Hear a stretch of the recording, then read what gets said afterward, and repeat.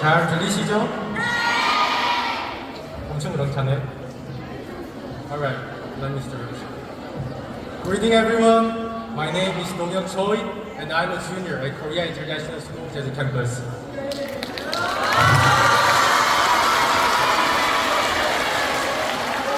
It's a true honor to be here at Shinsung Middle and High School, a place full of tradition, history, and of course, clever students and brilliant teachers. Today, I want to speak to you about something that goes far beyond a textbook. I'm here to discuss about women's rights, as portrayed in the powerful opera that you're about to watch very soon. This opera is more than just a story. It's a truth left behind by a woman from another era, and a truth that perhaps still asks questions till these days. The full title of the work that you guys are gonna watch is the Hanyang Hal-mang, the Cross of Tears in Chuja Island. It tells the story of Jeong Nan-ju, who is a noblewoman who lived during 1800s in Joseon, a time when Catholics were harshly persecuted in our nation. So who was Jeong Nan-ju? Great question. She was called many things.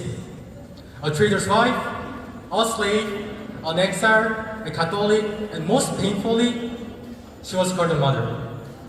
A mother who had to make an unthinkable choice and leave behind everything. Yet, Jeong Nan-ju was more than those names. She was a woman who had the dream of freedom, who stood for truth, and who had the courage to sacrifice everything for the future generation. On a boat bound for exile in Jeju, as the sea winds touched the poor face, she cried her newborn in her arm and quietly whispered, "Father in heaven, please have mercy on us, and let this little life escape from the suffering of this time." Then, on the rocky shore of Chuja Island, she did something that's unimaginable, and for some people, things that's unforgettable. She placed her baby on a stone, looked out, and quietly whispered, "You are the 18th generation descendant of Hwang's family in Changwon. Your father is Hwang Se-won, and your mother is me, Jeong Nan-ju. Please remember that and keep that near and dear." That moment when Jeong Nan-ju spoke to her infant child wasn't just a moment of farewell. It was a moment of resistance, of love, and of defiance. From a story, we're once again reminded and inspired that women's rights are not just about equality with men. I'm personally aware that there's a lot of controversy going on around women's rights and how there's a lot of protests going on under the name of freedom of speech. Yet, when I mention women's rights, I'm referring to those like Jeong Nan-ju and Hanyang, whose voice often goes unheard.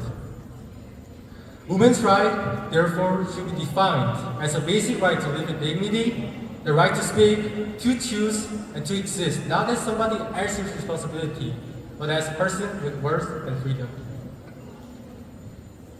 This story of Jeong Nan-ju, which you're gonna see in a few minutes, is still existing. It's not peaceful history. Even today, women around the world carry heavier burdens, face deeper injustice, and are too often expected to submit to others. Behind the labors of mother, wife, or daughter, just like you guys, there always is the pains or identities that are pushed aside by the society and by us. But as we always say, just like a cliche, younger generation, which is you guys, and of course me, I look like 30, but I'm 18, have the courage and the mindset to change the world. Women's rights are human's rights, and human's rights are every one of your responsibility. It needs our attention. In your classroom, on your phone, in your home, every post you share and every word you say or every action you take can change the world. You may feel very smart at the beginning, and you may feel that your voice goes unheard and just echoes around the air, and that's truly normal. And just remember that your surrounding, we're gonna change the community. Your community, we're gonna change the society, and if all these societies come together, they might change the world. They have a good chance of reshaping the world. And plus, if you're too afraid to speak up, that's also normal.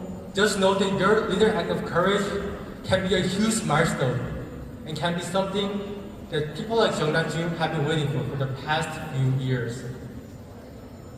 I hope this opera that you're going to watch doesn't just leave your heart, but I hope it stays there as a lingering question that echoes long after even the show ends.